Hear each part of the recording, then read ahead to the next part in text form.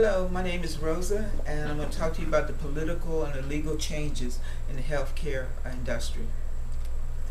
We're going to look at it from a global standpoint, and what I found unique about the global standpoint was that poverty and inequality had a dramatic impact on a person's ability to receive health care that would be of quality.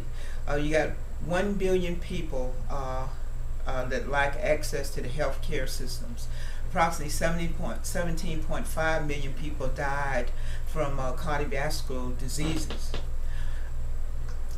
Health and poverty and inequality, many of the diseases are diseases of poverty. As I stated earlier, the poorest of the poor around the world receive, just like in the national and local scene, the worst health coverage. You looked at also structural adjustment, cutting back on vital health and educational services in third world countries because of the fact that they can't afford it. They have to, their economies are restructured to ensure that they repay back the debt to the rich countries. On the national scene, we looked at coping with the cost of health care.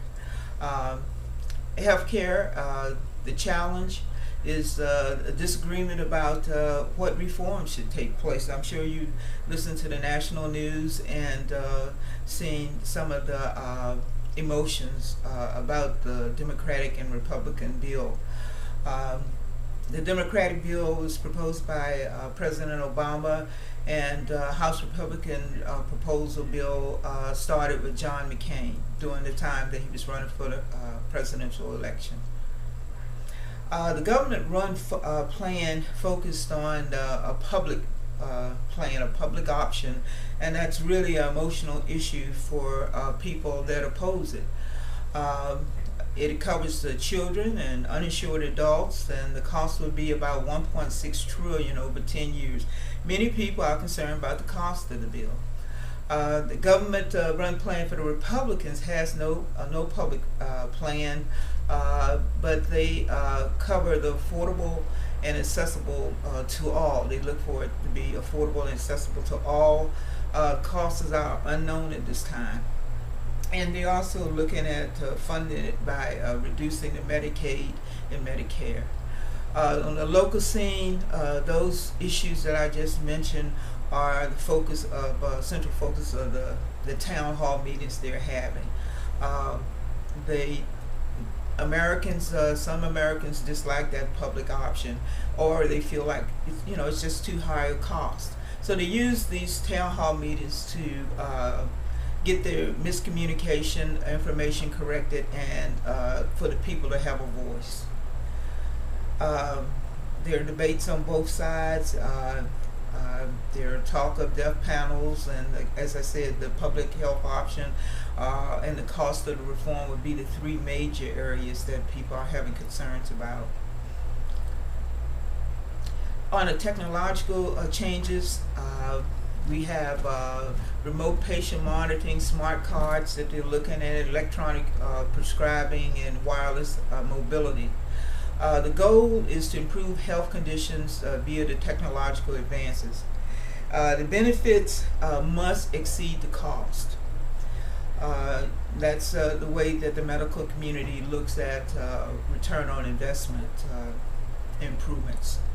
The nature of technological changes benefits improve longevity and the quality of life for people, and help people be less time spent away from work being sick.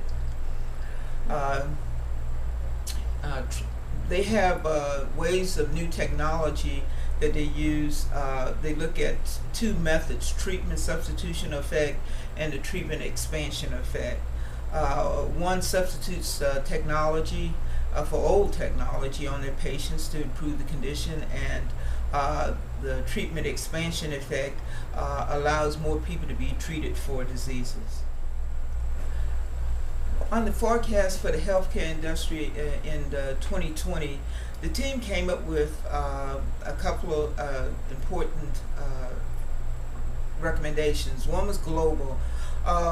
we found a trend that the universal health care rights for those countries are being reversed. They're looking at going to what America had, individual managed accounts.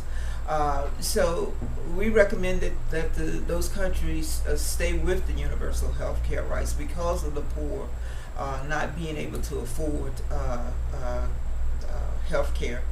And to improve their focus for funding on the Global Fund, which is suffering. The Global Fund is not being funded as it was created to be.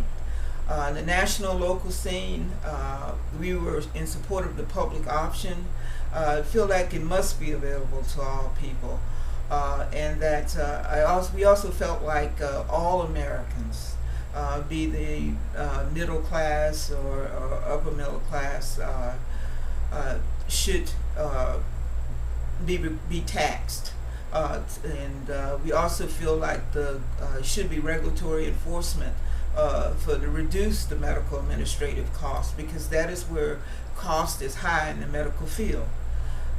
Technology, preventative medicine, look at things like remote patient monitoring, smart cards would be implanted in Americans so that you can monitor these conditions and look to improve one's health without waiting till you have the heart attack. Look at the things to prevent you from having such diseases. And that's the recommendation for the group from a political, legal, and technological standpoint.